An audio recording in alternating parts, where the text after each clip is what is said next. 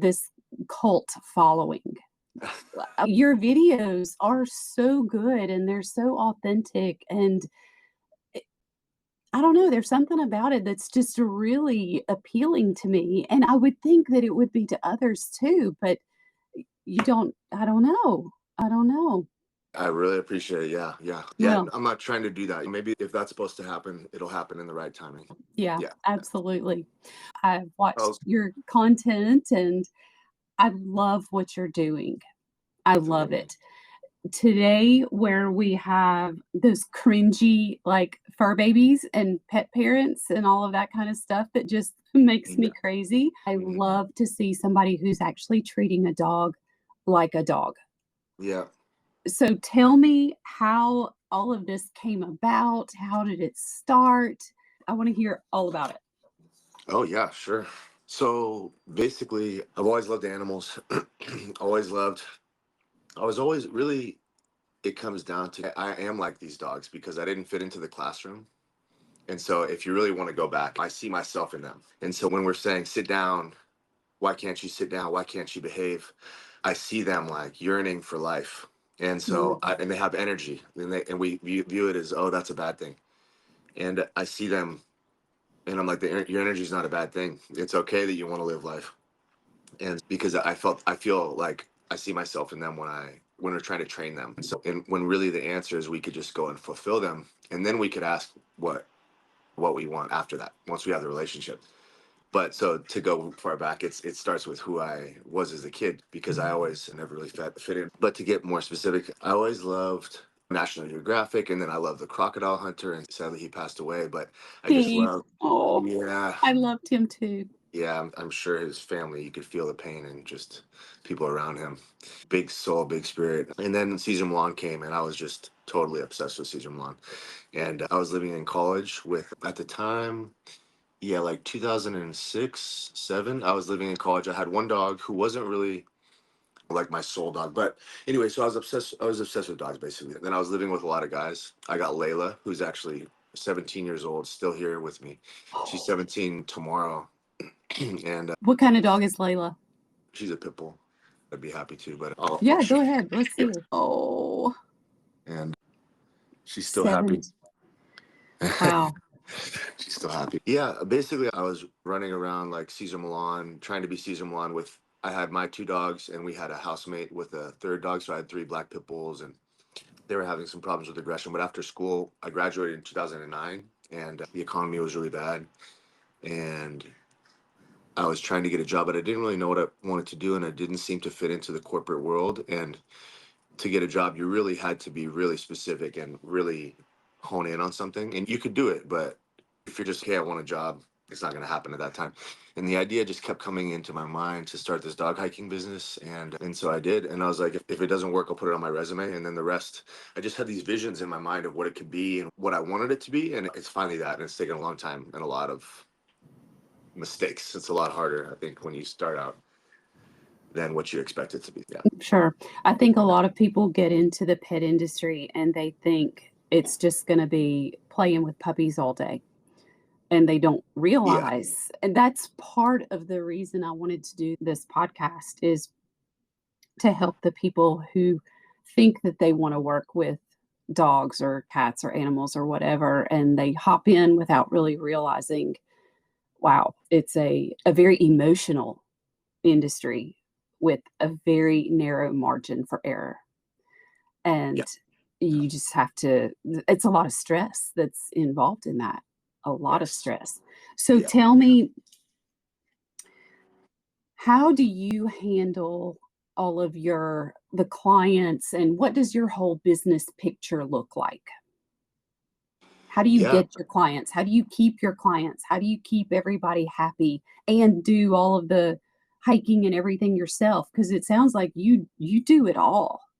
I do it pretty much all. My girlfriend, soon to be fiance and wife, and hopefully she helps me with some of this stuff, which has helped a lot. But pretty much I do it all. And it's, yeah, little by little. So it's really taken a long time to build a word of mouth, but people find out about me through social media, referrals, and a lot of people view my website, it ranks fairly high for dog hiking Mhm. in Santa Monica, and then I have my sign on my car, and luckily I haven't really had to push anything marketing wise. I've pretty much had a wait list for a while. A lot of people got dogs during the pandemic, and it really pushed a lot of business my way. But yeah, let me think.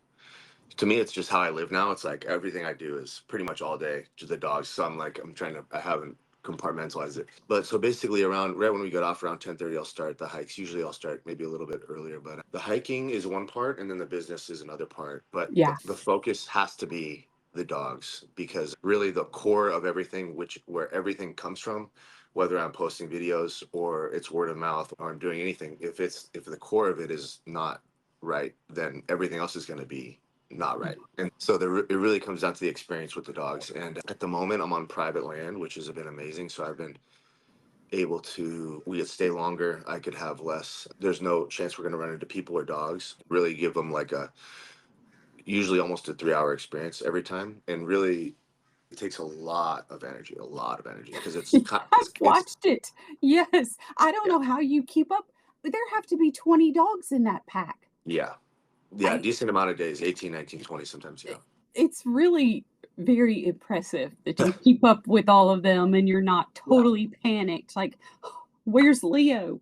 Where's Yeah. Roscoe? Where's Yeah, there's a lot of little tools. So regarding that, just because you brought it up, I have GPS collars on every dog. That was huge. One probably the biggest.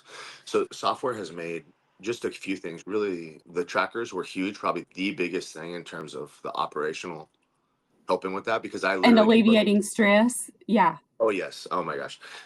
I've lost dogs not permanently, but I lost them overnight, and it was like I think I literally had ulcers in my stomach for I'm like, because when that happens, I was like, I'd pay, honestly, I don't want to, but I'd pay like $10,000 to get this dog back right now. Just the guilt so it wasn't an issue. I was going to hire bloodhounds, and that happened a few times. Honestly, in 4 weeks, there was like a period of the most stress. And sometimes things teach you. I feel like life comes with the problem. They're like, we really want you to know about these trackers, but how is that going to happen if you're not looking? So it comes, Right. and then you start looking. So, Too bad you had to live through that yeah. to learn about the trackers, though. Yeah, yeah, and exactly, yeah. But that's how it is, I guess. So, but so those are huge. Thank God for Garmin. Garmin's a great company, super reliable. They're fairly expensive, but they're totally worth it. But yeah, it's really energy intensive. Mhm. Very energy intensive. So do Which, you just have the trackers on your phone and you can keep your phone with you and you're missing a dog, you look down and you're like, "Oh, I see where they are." yeah, Is that the way it works? yeah. So regarding the trackers, there's these ones hook up directly. They plug into the satellites. Not they don't go to cell phone towers, so they go right back to the handheld. So I don't have to have cell service. If I were to use my phone, I started with those, and those are great if you're in the city. If you have a tracker that plugs into like Verizon or AT&T or something, all the towers. But if you don't have service, it's not going to work. So Yeah, I didn't think about that. Yeah. yeah, no, neither did I. Until I bought like 20 of them and they didn't work. I was like, one. Oh, I should have bought at least one as a test. But yeah. So yeah, it's like having 20 dogs are kind of like kids. They all want your attention. They're all like there's a thousand sticks. A dog picks up a stick. Every dog wants a stick. So I'm very good at things happen, and a big part of it is just knowing what I don't need to do anything about, which is most of this stuff. A dog growls, knowing that I could look at them and let them know that I'm watching and I'm controlling the situation, but not overreacting. If you start doing the wrong things, they're like, "Oh man, we're screwed because this guy doesn't even know what he's doing because he doesn't Mhm. know." Yeah, yeah. So They so a have to lot of understand your will is law. You yeah, yeah. are top dog. Oh yeah, 100%. Yeah, Yep. but also you have a certain amount of equity, and if you start blowing it on things that don't matter, they're gonna then you blow it on things that don't matter, and then I really reserve it for if there's a little bit of a because dogs will play and then a dog like, don't bump into me, whatever. So I might look and let them know. And they basically say, thanks, like you're watching, we feel safe. Mhm. But I really reserve the big stuff for bigger stuff. And then I really just need them to know that they're safe and protected. That's the biggest thing. And then they could have dogs they like, dogs they don't like, and they could say this and they could vocalize that and all that. So Yeah. they could be themselves, but I just want them to definitely feel safe for sure. Yeah. They know And they you're gonna take care of the threats. They don't have to. 100%. That's like that. It's like being a man for your family. Mm. Like you're walking down the street. It's look, I in this moment, I pretty much have one responsibility: get us there safely. If I do everything else right, but I can't get us there safely, or you don't feel safe with me, then that's the foundation of your Right. response. That's the way I see it. Have you Which ever thought about expanding? Grow, have a yes, second person who's doing hikes, and yeah, you have a really incredible opportunity for a great business here. yeah, And it feels like you wanna own it all yourself because there's so much pressure that it has to be done. You can't lose a dog. You so have you thought about expanding and hiring another trainer hiker? yeah. 100%. I have. There's a couple of people. Someone, if you looked him up, I think Canine Coach Dan. He's really solid. He's probably the first person I would consider. But there's some. I think his name's Daniel Wan on Instagram. But there are some people. The thing is, the foundation of it, I don't want to invest and build a castle made of sand and then have it go away. And the foundation really is the hiking on land, on private land, I think is the way to go because it just eliminates so many risks.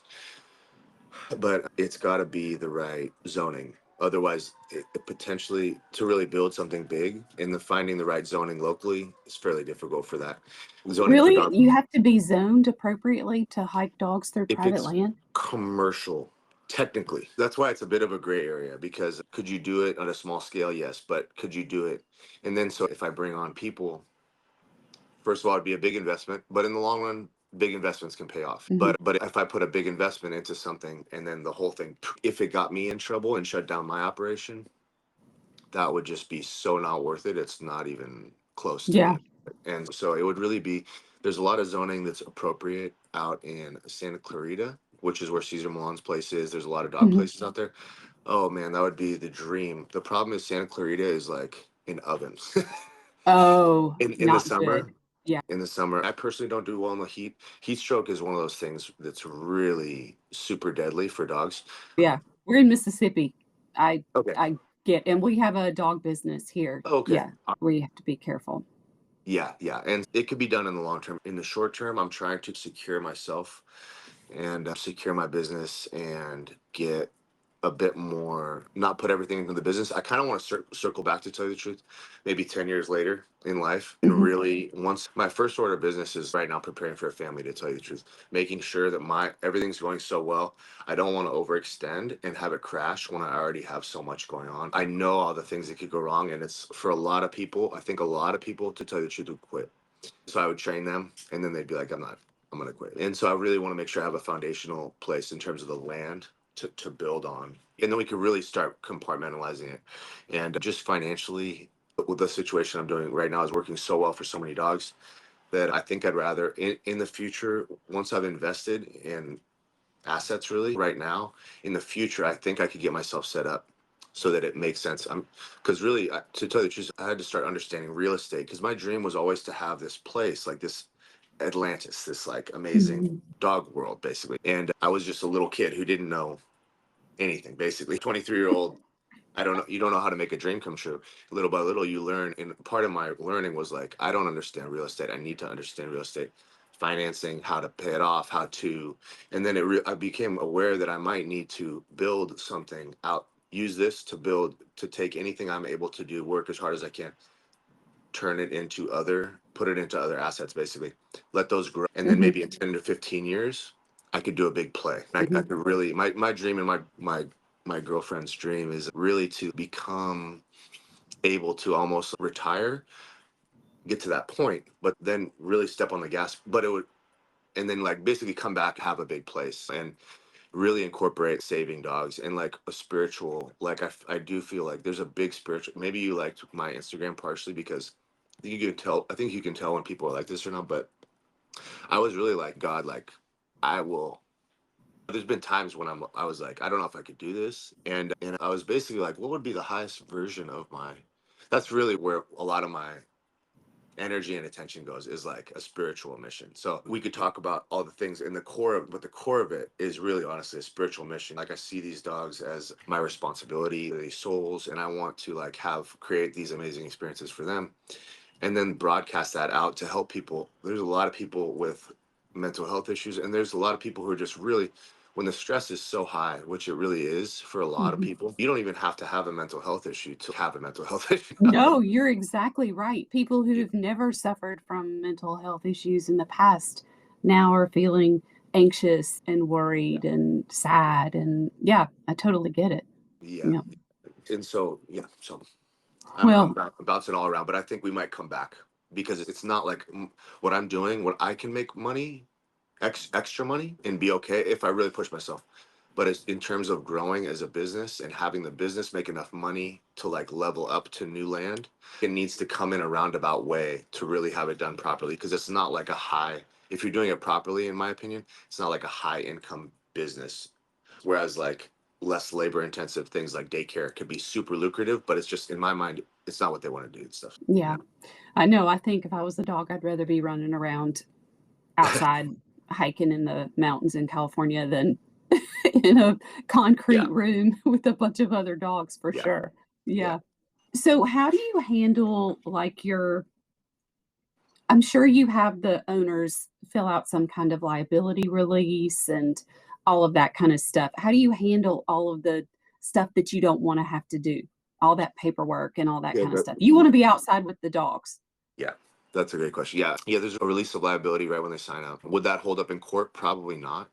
But so it's fairly thorough. I had a lawyer draft it, but still, luckily that's never happened. I've never been sued or even attempted to be sued or anything really even close to that. But there's two layers of legal protection in terms of that. The release of liability is helpful, and then I have pet insurance up to $1 million, which I believe covers like pretty much anything like serious, like if the dog were to tell you the truth, like I dogs are considered property, I believe.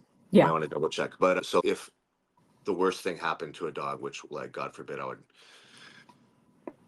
never let happen, and this Mhm. is why I always try to do a great job in the first place, because if people know, you could get more, somebody wouldn't come after you if you made like an honest mistake. But let's just say the worst possible thing happened. The truth is you couldn't sue me for $1 million for a dog because the government doesn't see it as worth $1 million. Right. But if a dog bit somebody, they could sue me for $1 million because we see Right. people as worth more than dogs, basically. So, And I guess that's um, one reason it's so important that you're on private land because if somebody's out there and they're not supposed to be, well, and they get yeah, bitten by one of your dogs, you weren't supposed to be here to begin with.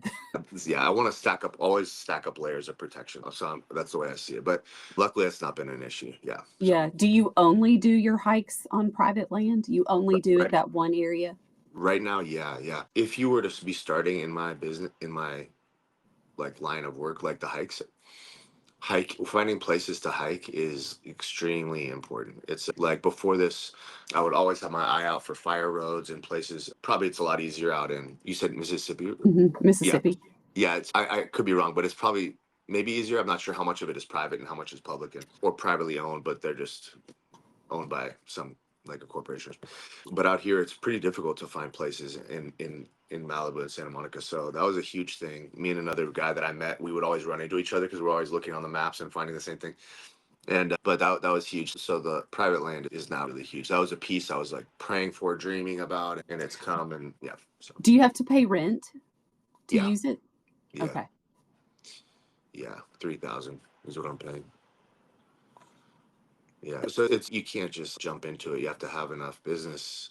Yeah. It's really hard. Like 0 to 1 is the hardest. Yeah. Zero. I think there's a book 0 to 1. That's the hard. You hear people say your first millions. I'm not a millionaire, but your first million's the hardest. Your first 100,000. Getting from once you're up and running to where I am, I'm like, oh my gosh, this is a Yeah, million you times probably wouldn't easier. wanna go back and have to do all Oh that my again. gosh, I probably wouldn't want to go. Yeah, and then maybe at some point, I know, to tell you the truth, I know so much about what can go wrong and how to do everything. If someone were starting a dog hiking business, maybe I'll start like a launch system or whatever. It would 100% save people, literally, Yeah. probably years, and Yeah. because there's a lot could go on. Yeah, Yeah, my brain keeps going, "Oh my gosh, he could do this train the trainer kind of program yeah, where you bring people in and you teach them how to start their own business." And then think about the ripple effect of all of the dogs that you would be impacting, not just the yeah, 19 or 20 per day that you have a personal hand in, but then all of these that come along with the other people you've trained. yeah. If That's really a great point. If my goal is to help make, I do think about, we don't have all the time in the world on this planet, and I want to leave as much of a positive.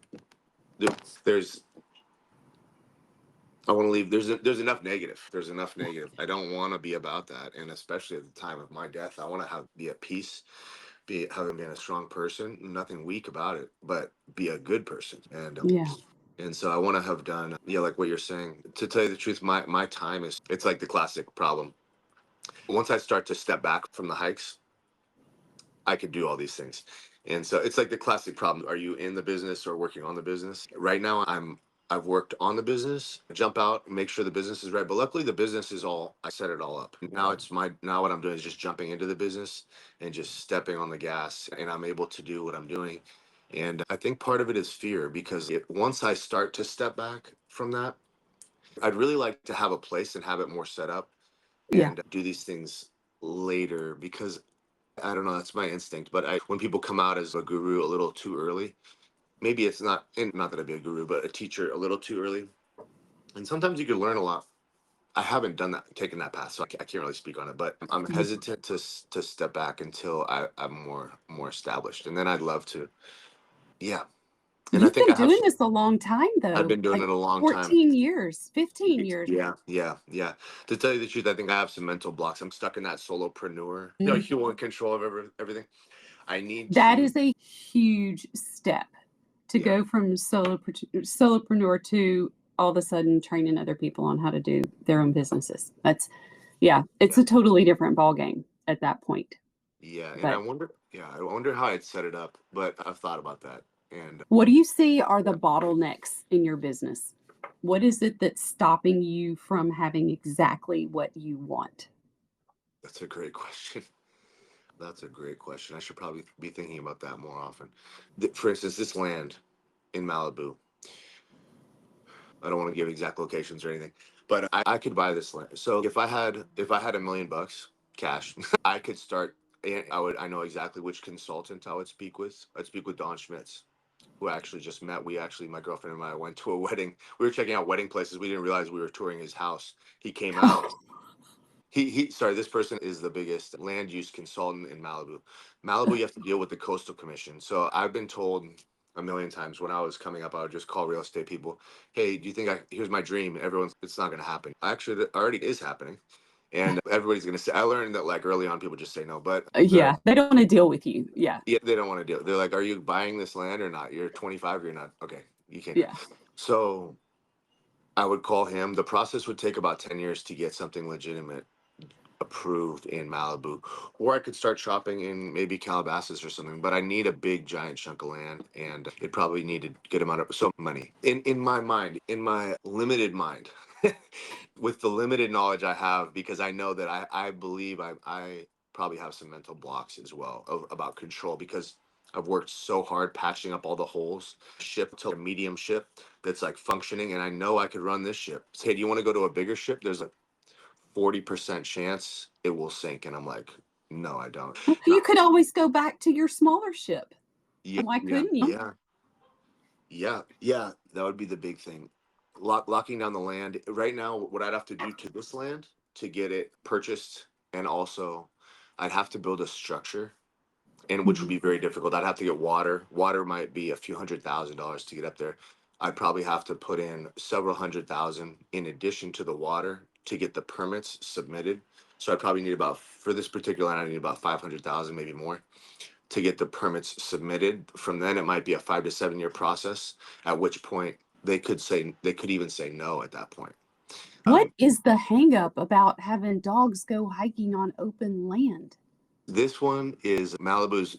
I believe I've heard the Coastal Commission is the most strict governing body for any land use in the United States. Basically, we just knew some, and everybody they've. I guess they just waived. Everyone was concerned about the Coastal Commission rebuilding after the fires, but he waived like their right to shut you down in some ways, I believe. But I've heard it many times from even like the president, the governor, everybody says the coastal commission is really difficult. So if it's zoned, the main thing is if it's zoned as residential, it's going to be very difficult to find. I could find a facility. I could do other things. Have facilities that are like 5 acres, beautiful places. I think the Topanga Pet Resort and places like that. But that's not my dream. My dream is to have big open land where You want these guys. 100 acres. You want I 500 acres. want 100 acres, or I want it backed up around government land so we could go off onto the government land. I don't have to own the land, but I want proprietary access. Yeah. And that's just my dream. And I thought about quitting on it and going with something that'd be a lot more lucrative. I get a big place and I do a boarding operation and like a boarding daycare. You don't have to have skilled people to just have them walking around a place. But the thing is, these dogs are just so eager to live life, and and at those places, they just kind of sit there. Some of them, to tell you the truth, some of them really like it. They play, Mhm. doodles, certain personalities, but the vast majority of dogs, maybe I shouldn't say the vast majority, at least a large amount and percentage of dogs don't want to just sit in an open playground, and that makes me sad. Yeah. They get to smell all that great stuff that you're taking them to. It feels natural, and I'm sure they see other animals and they get to chase them and Yeah, they get to be dogs. they get to be fully dogs, and when I drop them off, they're like, they just looking at me like, they Thanks, look at me man. like, wow, that was like, that's what I have been. They didn't even know that's what they wanted, but I dropped them off and they're like, that was it. Because they always want something. It's just so sad. They're like, what's life? And we're like, this is our human life. We bring them into our compartmentalized human concrete jungle, and that's not what they want. Yeah. So How do you find working with the pet owners? Do they have realistic expectations? They want to pay you for the work that you do, or do you find that to be a challenge? the right owners and the right dogs, the right fit is like the one of the most important parts of the operational side. Do you Of interview them before you accept them?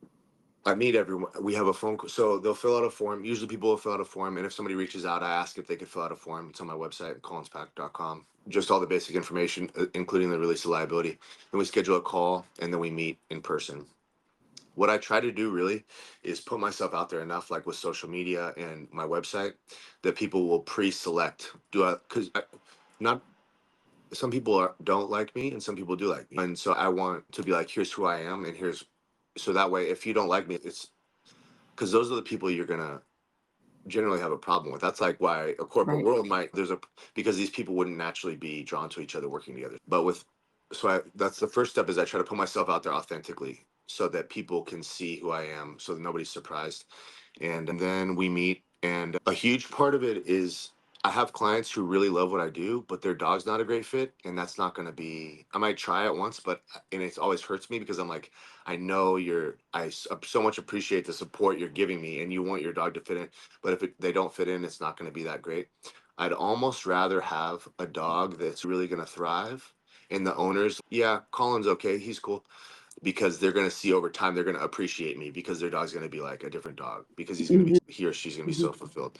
But that's a huge part, and luckily my clients are just so great. And then when you have like a safe, I control the whole. This is, I like control, to tell you the truth. I think I'm picking up on that. Yeah, yeah, because it makes life so much easier when you have great clients. When everyone's thank you, everything is positive. I pretty much don't have clients that are giving me negative energy, because you that will drain everything, and or trying to be my boss or something like that. And when you're growing, you have to deal with clients you might not want to deal with. But getting to the point where I could make sure everybody's a good fit is absolutely huge. It helps everything go perfectly. And then I have more energy to give to the dogs, and it becomes this big booming cycle. And then I try to put it out there. And if you fit with that cycle, if it feels good and natural, I don't want anybody to have to force themselves to be different. But What kind of dog doesn't fit? What kind of dog do yeah. you come back and you say, "I'm sorry, you're great, but your dog just is not working?" Yeah, there are dogs who are more independent, who just don't want to, who don't like the pack thing. They want to do their own thing. There are more extroverted dogs and more introverted dogs. Mhm, And the dog that thrives is the dog who's just dying to live life, always wants to investigate dogs. Even dogs that are like too much everywhere else, they're always like on the leash trying to pull over to a dog. Oh, those I love those dogs because they're gonna get like a massive day with 18 other dogs. And when they come home, they're gonna be like, just completely dead because they've never been able to satiate yeah, their ne appetite mentally and physically. yeah. Like when I was a kid, I had all this energy. It's like what somebody should have done. My mom had done it times. It's you should have been like, hey, run up and down the stairs 100 times, and then we're gonna do math. And I happen to love math actually. Reading, have me sit down to to read would have been harder, but that's like the solution in my mind. You let them get it all out of their system, and then they're gonna be at peace. And but those high energy dogs do great, and the more introverted dogs don't. So yeah. What about border collies and those and cattle dogs and the herding dogs? Do you have trouble with them wanting to herd all the other dogs? No, they could be dominant. They could be vocal. They generally don't. There's all different personalities. The bully breeds might hold it in, and then become aggressive potentially, or there's a switch. Border collies could be great. Those some dogs like discipline and order, like border collies. They just added like a little dash of discipline and order and some vocalization. Yeah, we have a cattle dog who's 10 and he's so much fun. But Yeah, he would love what you're doing. If we didn't live in Mississippi, we would be on your waiting list that's awesome. with Captain. Yeah. That's awesome. Yeah. So probably wrapping up before long. Looking ahead, say short term, 6 to 12 months. What does success look like to you? I know what your long-term success Yeah. looks like. You want your own land, you want your own, but what is short term, 6 to 12 months? What do you need to be successful? Really, just continue what I'm doing is my plan right now. Probably for I'm really trying to do the long term plays. In all honesty, my life success, I my if I could keep everything pumping it as it is, and have enough energy and take care of myself and have get enough sleep, enough working out, enough all that to do a great job and continue to do that and have success with my relationship. And I think I'm more really thinking long term. I'm thinking in terms of coming back.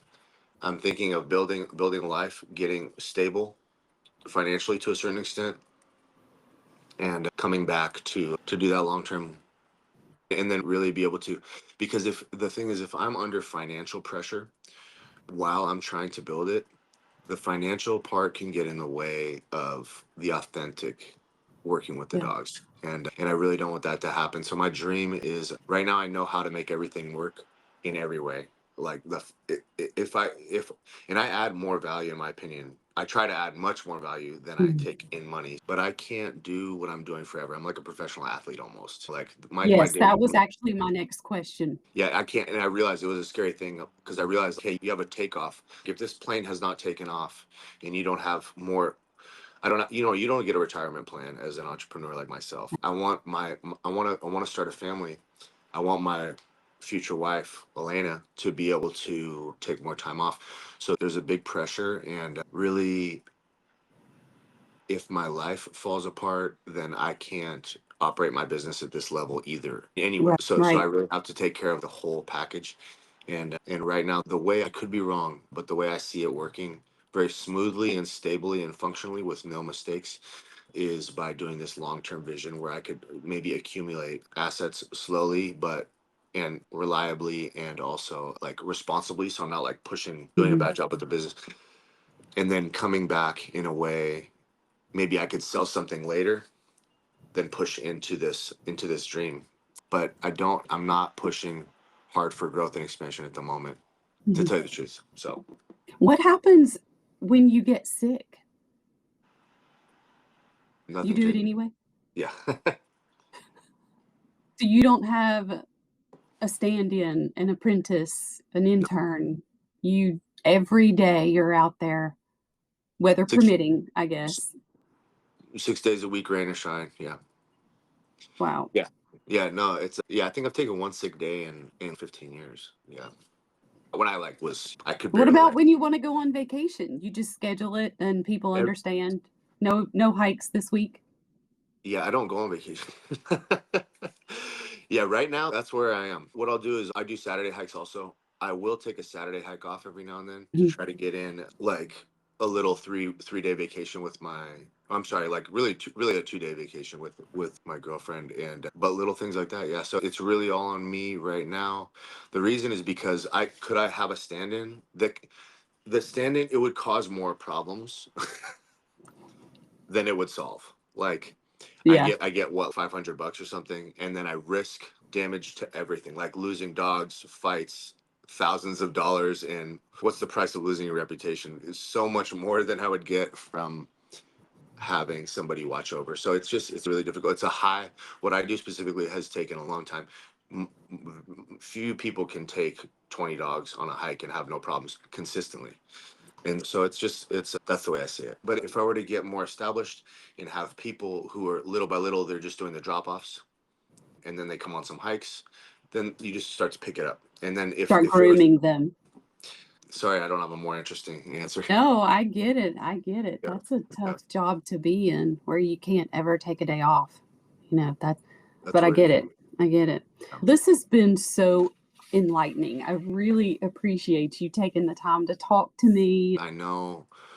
Like this land came to me when I woke up from a dream, and it's reach out to this person, and I just follow that guidance, and I'm just trying to follow my guidance on a big level, and I'm trying to have just a life of positive impacts, and I'm trying to play the long game, and I think in the long run we're going to be able to build something a lot bigger and a lot of people, and it'll be a much cooler story than we're able to have at this moment. And maybe I could teach other people how about it, and I could be one of those people that other people learn from, just like I've had mentors online who I just watched their life story. I'm like, man, you don't even know that your life story gave me so much inspiration and answers, and I could pay it forward and be one of those Have people. that ripple effect. Yeah. Yeah, yeah, Yeah. and Touch just so many more people. and save dogs. There's a lot of people struggling, and there's a lot of animals struggling, and I'm just really Mhm. grateful that I'm in such a solid spot in a positive way that aligns with like my soul and everything. Cool, awesome. There's Thank some. you. Thank you so Okay. much. Bye All right, bye. bye.